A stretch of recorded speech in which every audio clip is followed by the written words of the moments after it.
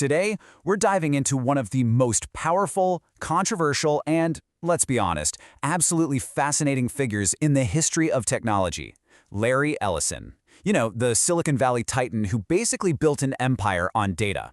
This is the story of a man who was told he'd never amount to anything, and then went on to own the world.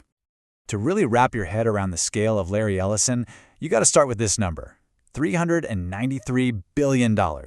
At his peak, that was his net worth, making him the richest person on the entire planet. But the story isn't just about the money, it's about how he got there, and it all starts with a much harsher valuation. These were the words of his adoptive father, Lewis Ellison. I mean, just imagine being told that over and over as a kid, that you were lazy, a dreamer, that you were just going to fail. It was a brutal prediction that would, just echo through his entire life. And that really brings us to the big question we're going to unpack here. How did a boy, completely written off by his own father, become the wealthiest person on the planet? This isn't just a business story. It's about a lifelong, absolutely relentless quest to prove everyone wrong. So to find the answer, we have to go back. We have to look at his challenging origins, because they weren't just some footnote in his story. They were the furnace that forged his incredible and sometimes, ruthless ambition.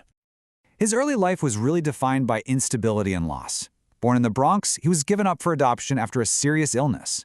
He grew up in a working-class Chicago apartment, dropped out of college not once but twice, and finally just packed up and headed to California in '66 with pretty much nothing to his name. From the very beginning, he was the outsider. And that right there, that became the engine for everything. That constant criticism from his adoptive father wasn't just something he overcame. It was his fuel.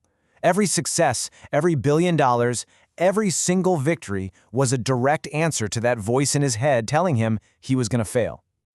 So how does all this raw ambition actually turn into a company that changes the world? Well, this is where Ellison stops reacting to his past and starts building the future, turning some obscure academic paper into the very foundation of our modern data economy. The audacity of his plan was just incredible. He sees this idea in a research paper about something called relational databases, basically a whole new way to organize information so it could be searched and used like never before. He scrapes together just $2,000 and starts a company. But here's the masterstroke, okay? He launches Oracle version 2. Why? Because he knew nobody wants to buy version 1 of anything. It was a brilliant, gutsy marketing move that paid off big time when the company went public. But the rise to the top is never a straight line. In 1990, Oracle almost completely imploded. Their aggressive, kind of questionable accounting practices finally caught up with them. The stock cratered, down 80%, and the company was literally on the brink of bankruptcy. Now, this is where a lot of founders would have just thrown in the towel. But Ellison's response? It says it all. Failure's the best teacher. He didn't just survive this disaster, he learned from it. He slashed staff, completely rebuilt the company's processes, and came out the other side stronger, more focused, and more determined than ever before. This whole experience hardened him, and it totally set the stage for Oracle's next two big eras of dominance.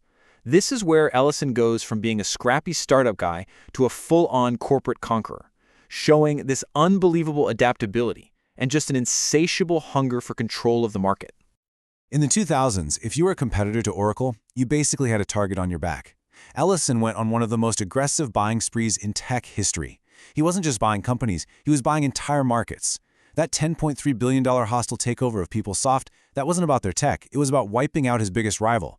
Buying Sun Microsystems gave him control of Java, the code running on billions of devices around the world. He wasn't competing, he was eliminating the competition. This ruthlessness, it even extended to his opinions on new tech. Take cloud computing. Back in 2008, he completely dismissed it. He actually mocked it in public. It looked like a massive blind spot for the so-called Oracle of tech. But that's what makes what he did next so remarkable.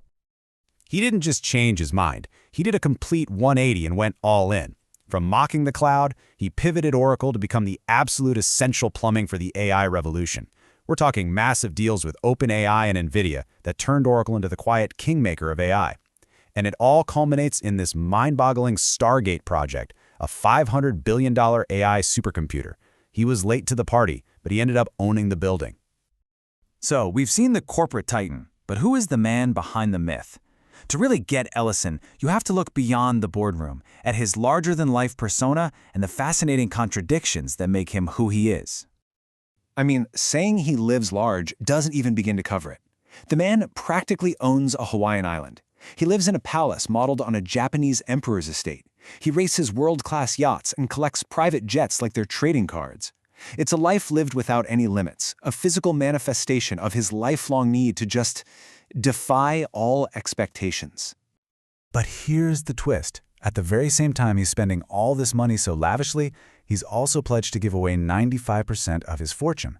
And this chart, it shows you exactly where that money is going. It's overwhelmingly focused on medical research, specifically on cancer and, most tellingly, on anti-aging.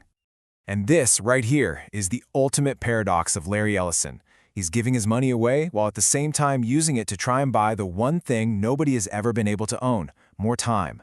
The same ruthless drive that made him swallow his competition is now aimed at conquering our greatest enemy. It's this incredible contradiction, you know? Accepting mortality through philanthropy while defying it through science. This obsession with time brings us to his final chapter. His current and future goals, they go way beyond business and into the very definition of what it means to be human. This is the ultimate ambition for the man who has already conquered everything else. And this number right here, this shows his commitment. $1.3 billion. That's how much he's pumped into his Ellison Institute at Oxford, a huge research center dedicated to tackling the science of aging. He's not just dabbling in this. He is investing on a scale that could totally reshape the entire field. And here it is, his ultimate goal, stated in the simplest, most powerful terms possible: to live forever. After building one of the world's most valuable companies and becoming its wealthiest person, his final mountain to climb is death itself. So, how's history going to remember Larry Ellison? Is he the visionary innovator who gave us the data-driven world we all live in? Or is he a ruthless monopolist, driven by an insatiable ego? The kid from Chicago who's still trying to prove his father wrong, even now, by trying to conquer mortality itself. You know, maybe the answer is he's both.